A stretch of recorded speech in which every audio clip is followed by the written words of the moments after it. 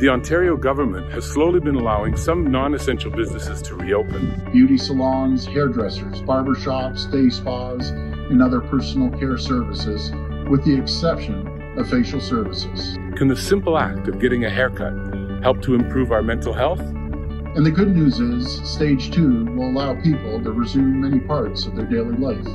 Let's find out. Hi, Dom. How are you? Good?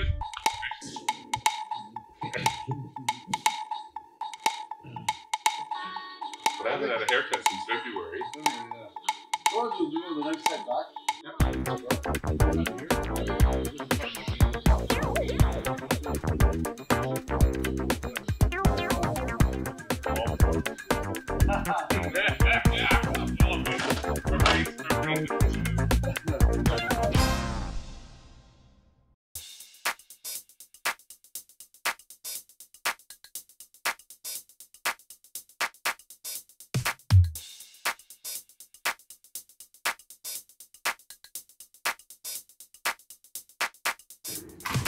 So, Dom, thanks for the haircut.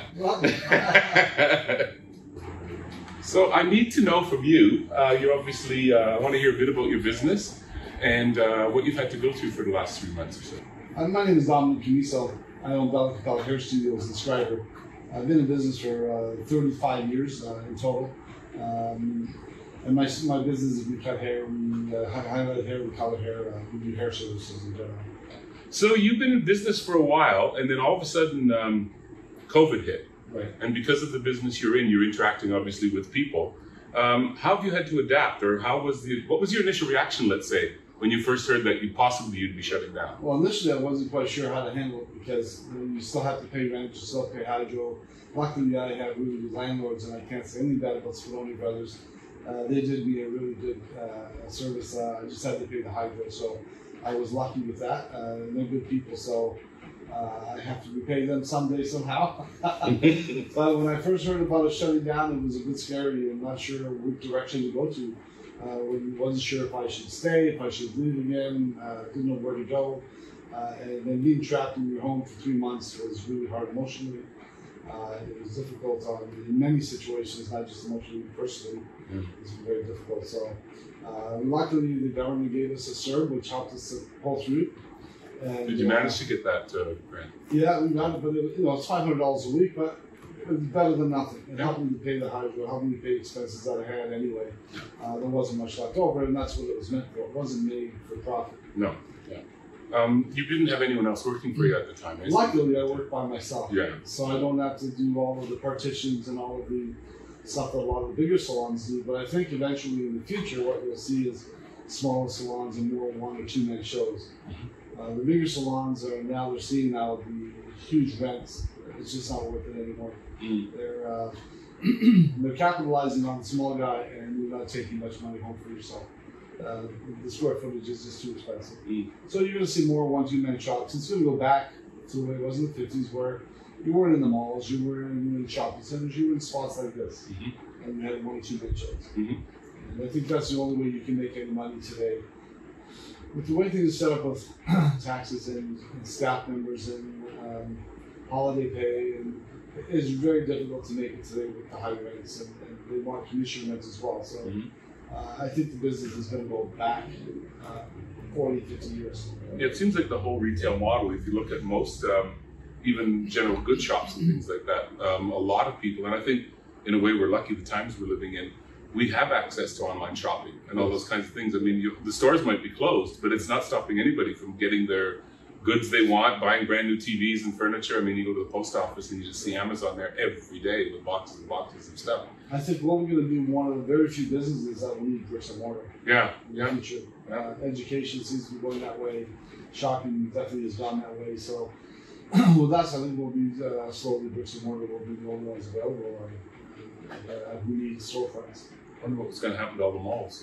Well, I've heard rumors. There are some malls that I know that will be half condos and half retail, but they'll be smaller stores, not the big stores anymore. When you had to or when it was mentioned that hair salons would be able to reopen in some other small, what they considered non-essential businesses initially, was there any kind of training or special information that you had to get from the government? Did they offer it to you? Did you have to search for it to find out what you had to do to make your place compliant with the new rules and regulations? Well, Thunder Bay Health Office has been really good.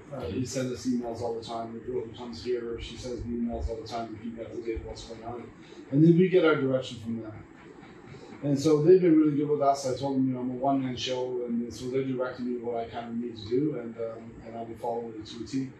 But we have, the Thunder Bay District Health Office has been very, very helpful with us. So I have to give kudos to them. They've done a great job. And so I was wondering how they got that information out, because it seemed that when some of the stores started opening, they seemed to know what to do. And I was thinking, well, there must be some resource there that... That's exactly it. Okay. You mentioned earlier about some of the emotional stuff involved in that. One of the reasons that I told you that I was coming for a haircut in the first place is we're having a conversation with people from the mental health unit. And I'd said to Karen that one of the things that I was thinking about is if you feel good about yourself, if you look good, you feel good. Not that I'm particularly vain, but if you have this feeling about yourself that's positive, it probably could uplifts your mental health a little bit. Yes. And I'm going into this meeting with her next week, and that was going to be one of the things we wanted to discuss, which is why I thought this would be a nice lead-in into that story. Any thoughts on that? Well, my shop, every shop I've had has been like a social gathering.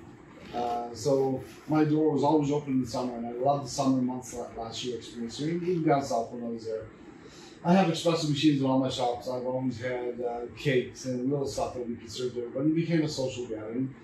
And many times we've had 5 or 6 people here just talking about Scarborough and life in general. And I'm like, felt like I was Starbucks making espressos. So that part was the fun part of our industry, but now that's died. We can't do that anymore. Now it's becoming more clinical and not so much social. Yeah. And that's kind of the sad part of our industry, that it's becoming more of a clinical type thing and not a social thing. Believe it or not, a lot of people will come in here and they'll tell us something. Conversation has to be narrowed down to almost nothing because of this droplets. Yeah. So conversation now is kind of faded. And they used to come to us and talk to us like a cheap psychotherapist. Yeah. Which is fine with Free me. therapy sessions. Yeah. And many times people will come in and just sit where you are and just talk. And tell me about their life, and they talk if they were down. Some people lost family members, some people lost relationships, and so they would talk. It became a social aspect of it, and I enjoyed that part of it. I'm a social guy, and that's why I think I've been successful in this industry. And I really enjoy that part. I wish it would come back, but I think that's the end of it. I don't think we're going to be a social type industry anymore. I think we're going to be very clinical. Very black and white. Well, we can keep our 6 feet apart. We can still chat. We can, but the thing is, once I'm done, you got to get up. Yeah, exactly. And, you had mentioned a bit earlier when you and I were chatting about the clinical aspects, about how, salons, how did you mention it? They were talking about the fact that in the beginning, salons, or because they have to go through certain health certifications, you have health regulations that you have to follow. That's obviously playing a bigger part now as well. Well, it's playing a huge part. But let me backtrack a little bit. So the roots of our industry, which a lot of people don't know, if you look up the history of hairstyling, you'll see it goes way back to 12, 1300, 14, 1500s. The Egyptians started all the makeup stuff, but the hair at one point was taught at the universities as equal. Barbers and surgeons were taught as equals in the universities. So barbers, hairstylists used to assist in surgery, or they would do surgeries, or they would stitch, they would pull teeth, they would do bloodletting.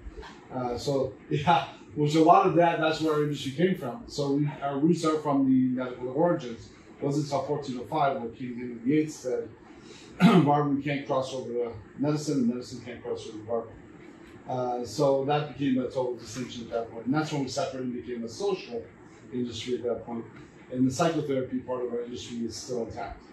So we don't prescribe medications, obviously, we don't give information, we just make them answer their own questions. And anybody who's smart in our industry won't give advice because that's the worst thing you can do. So our industry is a dynamic industry. It's got so many different facets to it that it's not just about cutting hair. You don't only have to be good technically, you have to be good emotionally, you have to be supportive of your clients.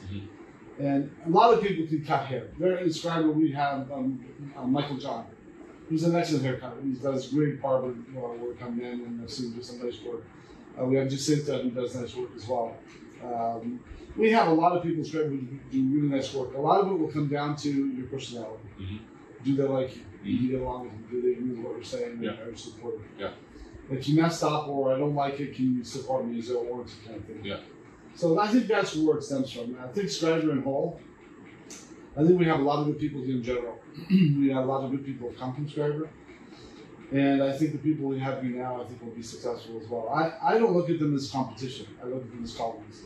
And I never want to be at odds with any of them. So, and that goes back to the medical industry as well. Mm-hmm. Your doctor, you can't get into your doctor, he'll suggest you to somebody else, but you go back to him, right? Yeah. So it's not about competition. It's about colleagues and working together, in my opinion. Yeah. And supporting your own industry. Right. Yeah. Geez, now I'm stuck for a second because you hit almost everything I wanted to ask about. Where are we? Down to the wire. What else can you think of? Well, you probably talk about clientele, how it's changing this record, how the Northwestern Ontario clientele is somewhat becoming more, is growing because it's becoming more known. We've had years where we had no hairstylists here. So they're starting to recognize our industry as something important in the community. But would you also say that getting a haircut makes you feel good, so that contributes to your mental health? Totally. Oh yeah, mental health, for example, our industry does more for mental health. I'm going to give you an example. And whoever's watching, you can look this up. His name is Dr. Lou Lasansky. He's a psychologist from Pennsylvania. Excuse me. So long short, he had a practice in Pennsylvania, and he had a girl that would come and talk to him every week. And she would sit at the bus stop, and there was always a guy that she was interested in. And but she never had the courage to ask him to go on a date.